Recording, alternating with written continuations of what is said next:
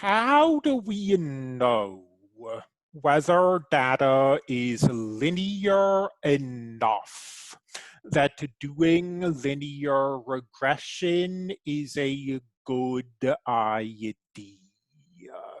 So the thing is that you can always perform linear regression.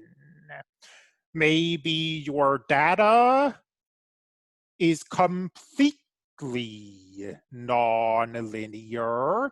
Maybe your data points are in a circle. This is not at all in a straight line. Performing linear regression is clearly a bad idea, but you can still do it.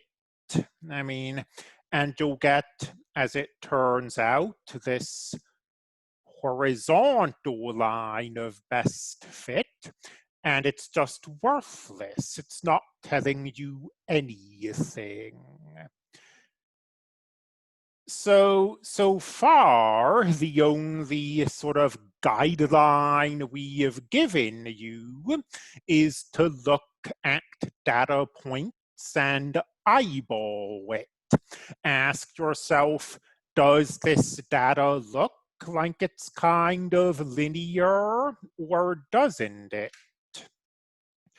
Well, for a math class, that's an awfully imprecise way of doing things. It would be nice if we had another, better, more mathematically formal way of measuring how linear data is. And that brings us to our next topic. We do have a measurement of how linear data is. It's denoted R squared and called the coefficient of determination.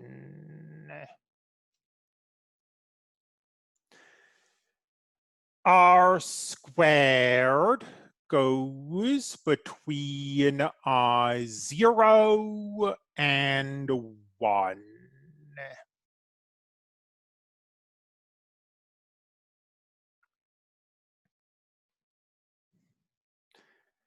And the closer to 1 it is,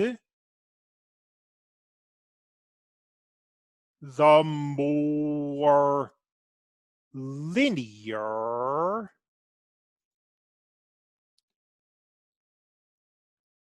the data is. Our calculator will compute R squared for us when we do regression. So if we try to do regression on totally non-linear data, our calculator will do the regression for us, but it will also show us that R squared is very close to 0, and we can step back and think, okay, maybe this wasn't such a good idea.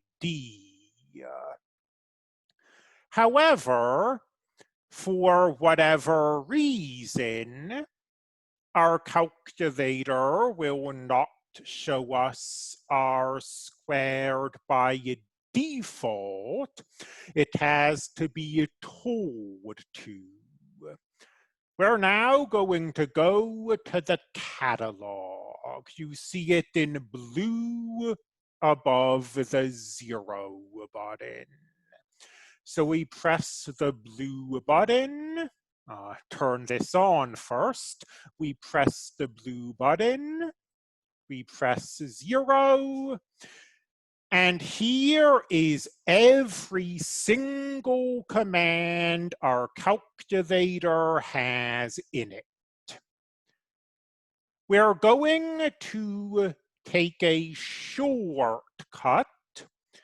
If you look at the blue second button, below that, the green alpha button, 2 buttons below that, x raised to the negative first, and you see a D in green above it. We're just going to press this button. Our calculator is color-coded, but here we do not need to press the green button first. As long as we're in the catalog, our calculator has the green button pressed by default. That takes us down to the D's, and we scroll down until we find diagnostic on, and we press enter, and we press enter again. And now our statistical diagnostics are turned on. And if we perform linear regression, our cricket data is still stored here. So we're performing linear regression on the cricket data.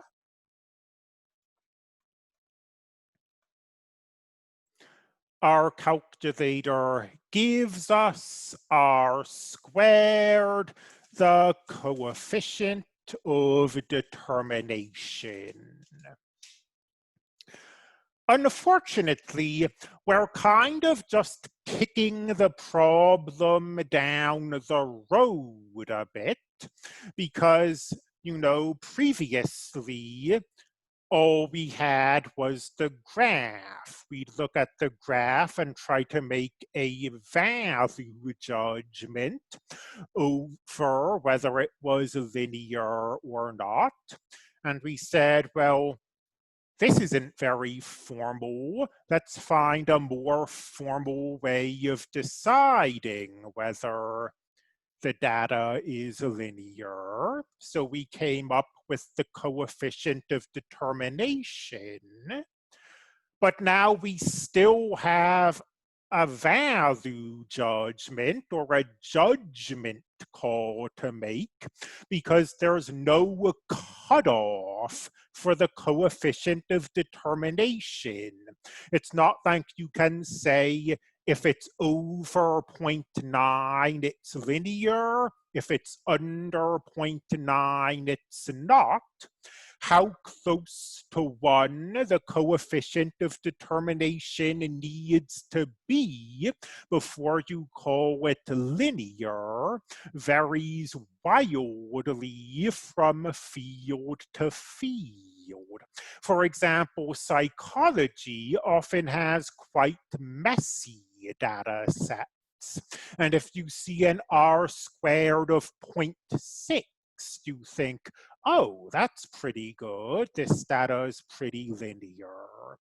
In other fields, maybe astronomy, you'd look at an R squared of 0.6 and think that's rubbish. This data isn't linear at all. So we've defined this formal mathematical object that's supposed to be helping us decide whether the data is linear, but at the end of the day, it's still just a judgment call that you're making.